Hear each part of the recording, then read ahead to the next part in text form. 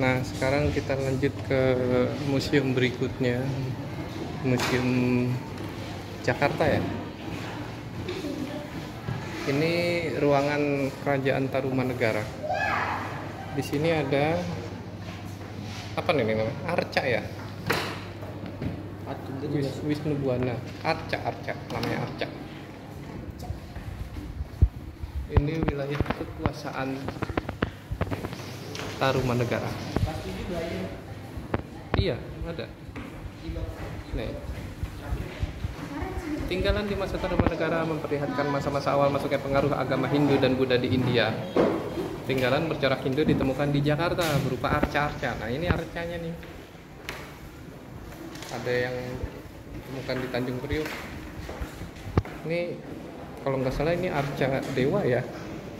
Nah, kalau yang ini saya paham nih. Ini Ganesha. Berbentuk gajah dia. Mana nih, biar terang.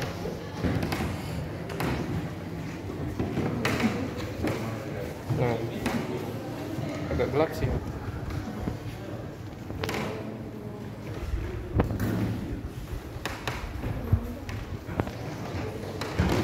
Terusnya, oh, yang ini ditutup daerah Sunda. Terus kita masuk ke,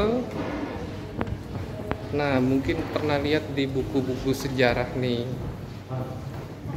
Ini batunya. Ini apa sih prasasti ya? Ini prasasti. Saya nggak ngerti tulisannya. Ini, iya. Ini yang biasa ada di buku-buku sejarah. Prasasti Ciaritain peninggalan Kerajaan Tarumanegara. Ada bekas telapak kaki. Entah ini artinya apa ya? Di situ ada artinya nggak? Artinya dari tulisannya.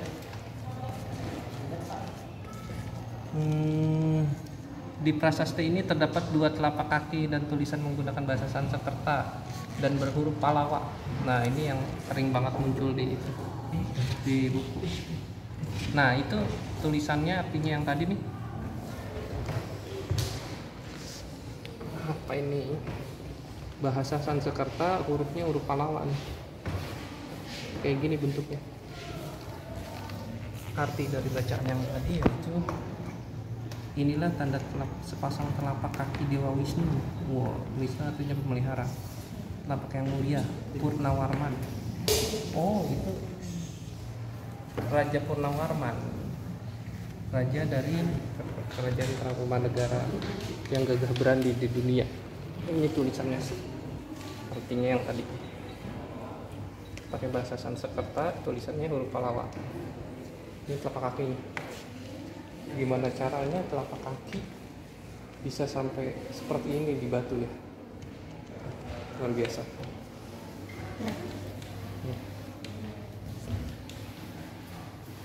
Nah, kalau ini prasasti kebun kopi, tulisannya sih agak kurang jelas, tapi masih ada bentuk-bentuk hurufnya sih.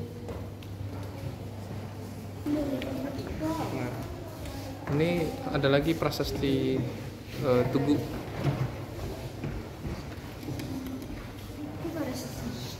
Sri Maharaja Purnawarman. Bentuknya kayak gini. Tapi ini tinggal tulisannya aja, batunya. Nah, di sini ada masa bercocok tanam dan perunggu, zaman perunggu. Ini ada lukisannya manusia purba. Ini potong kayu. Kita bisa lihat alatnya di sebelah sana.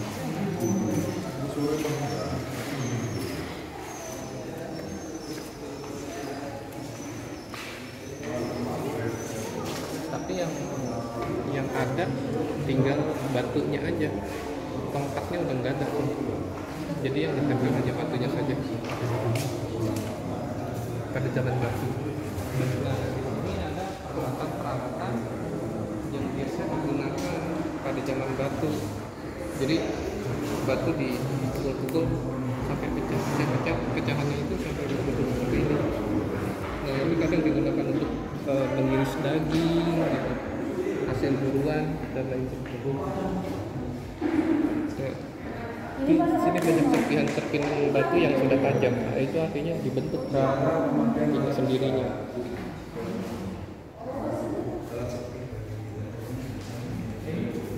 Proses sejarah batu serpihan yang tadi, mulai dari atas batunya bulat, kemudian dipecahin, dibuat batunya gepeng, dan ini butuh keahlian saya rasa untuk membentuk batu seperti ini sampai akhirnya jadi begini dan seperti ini. Ini sepertinya lagi proses mengasak nih, biasa biar menjadi lebih tajam. Nah, hasilnya ini nih, lumayan rapi pembuatannya, walaupun yang membuat adalah manusia purba.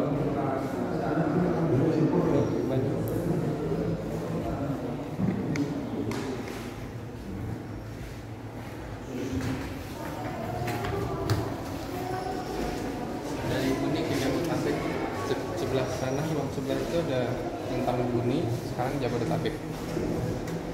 Ini peninggalan arkeologi yang ditemukan di Jakarta. Ini arkeologinya. Ini kayak semacam gelang ya. Nah, ini periuk dari tanah liat. Nah, ini foto tulang manusia yang ditemukan bersama dengan periuknya. Lumayan berumur, yang sudah tua ini, usianya sudah tua.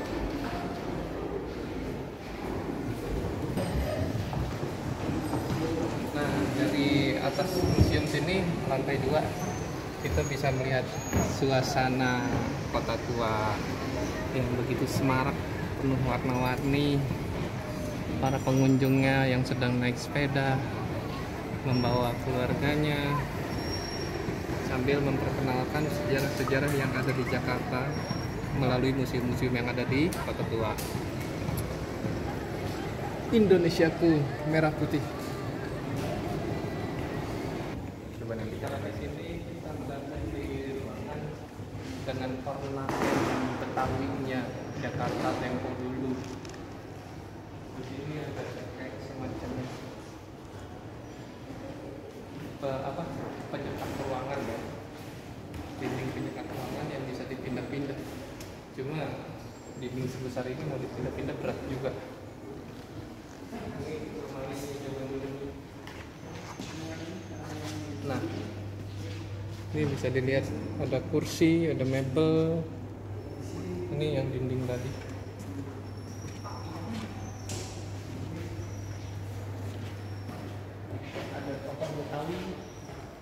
Bang Benyamin S. Ini orang Jakarta semua nih. Nih, ada seorang Dr. Yasmin Zaki Sahab memperkirakan etnis Betawi baru terbentuk sekitar tahun 1815 sampai 1893. Didasarkan pada studi sejarah demografi oleh Lance Kessel. Orang Betawi terbentuk dari pernikahan antara etnis yang sudah ada di Jakarta saat masih bernama Batavia. Nama Betawi sendiri berasal dari orang Batavia. Di antara kelompoknya tersebut, etnis tersebut termasuk orang Ambon, Bali, Banda, Bugis, Bima, Buton, Flores, Jawa, Melayu, Sunda, dan Sumbawa. Pencampuran tidak terjadi pada komunitas dan pekerja yang didatangkan oleh Belanda dari luar Nusantara seperti Coromandel, Marabal, dan pesisir Bengali dari India, Arakan atau Burma, dan itu Filipina. Menurut Sahab ya, bahwa masyarakat Betawi terbagi menjadi 4 kelompok besar. Betawi Tengah di Jakarta Pusat, sekitar Gambir, Menteng, Senen, Kemayoran, Sawah Besar, dan Taman Sari. Betawi Pinggir yang menandai daerah pinggiran kota, Mampang Perapatan, Pasar Minggu, termasuk kita nih orang Jagotarsa ya. Betawi Pinggir. Ada Betawi Udik yang tinggalnya di sekitar kota Jakarta. Ada yang dari Tangerang, Kebon Jeruk, Ciledug, Ciputat. Terus Betawi Pesisir yang ada di utara, ada Teluk Naga, Mauk, Japat, Tanjung Priok, Marunda, dan Kepulauan Seribu. Itu dia. Ini Betawi. Itulah Betawi ya. Nah, di sini ada alat cetak kue, namanya kue satu. Kue satu ini kue yang apa ya? Kue kebanggaan orang Betawi. Adanya kalau dulu mungkin hampir setiap hari ada, cuma sekarang adanya hanya pada saat Lebaran doang paling. Kue satu itu bentuk apa kuenya? Kue satunya.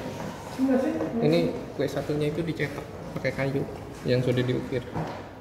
Banyak banget cetaknya. Dia ini dari kacang dia. Kacang yang dihalusin mungkin dicampur sama apalah gitu ya. Tapi kalau saya sendiri kurang suka dengan kue satu. Seret bagi saya seret. Masih mendingin kue yang lainnya kayak misalkan apa? Gado-gado lebih enak.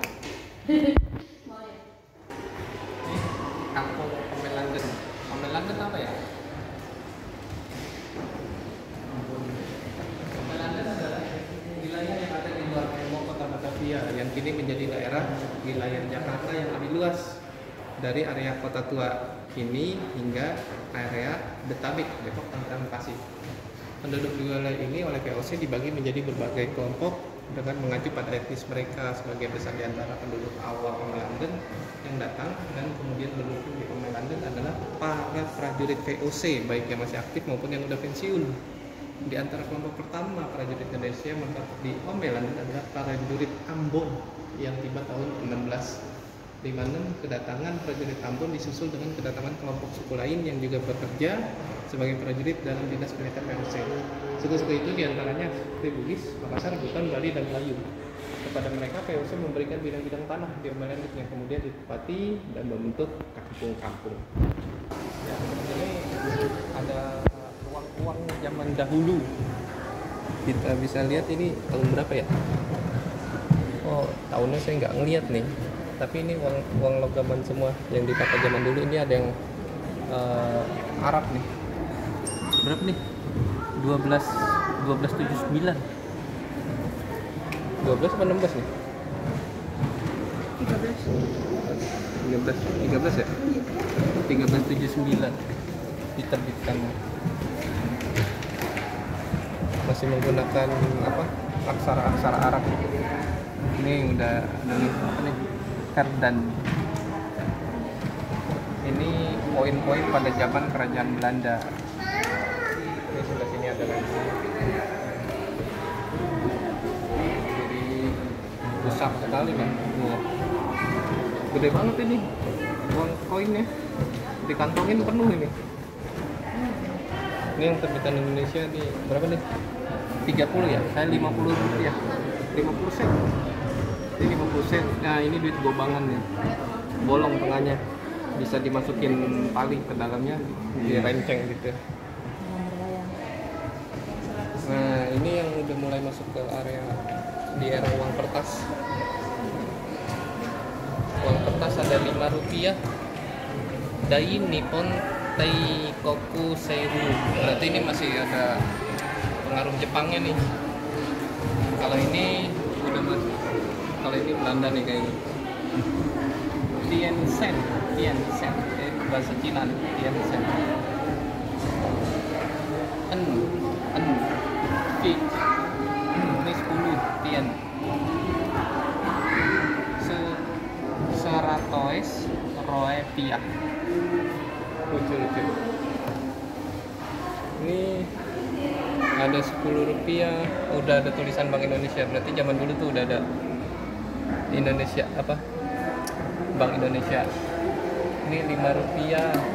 5 rupiah, ini 10 rupiah. Gambar Bung Karno. Terus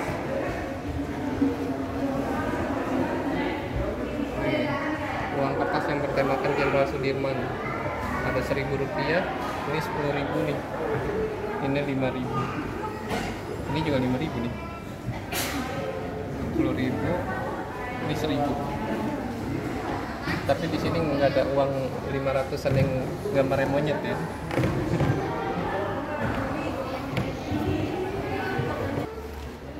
Di sini sebenarnya ruang sidang Dewan Kota Praja. Di sini lambang kotanya nih. Ini zaman dulu, ini pada saat Jakarta masih menjadi Batavia. Yang ini lambang yang sekarang. Nah, ruang sidangnya ini meja sidangnya.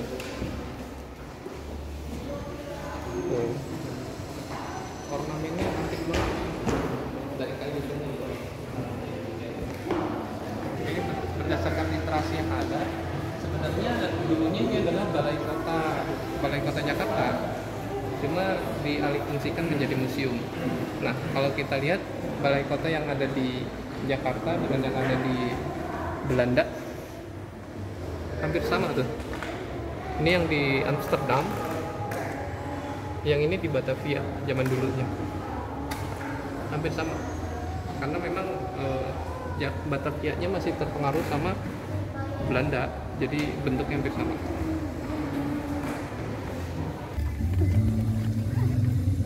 Oke, kita sedang berada di dekat penjara bawah tanah.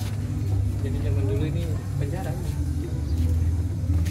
Dan ada beberapa penjara.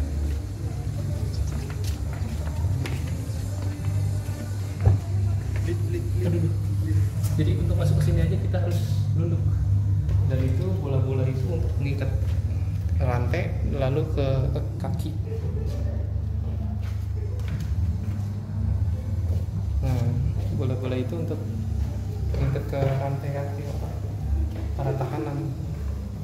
Sempit sekali kita harus nunduk nih.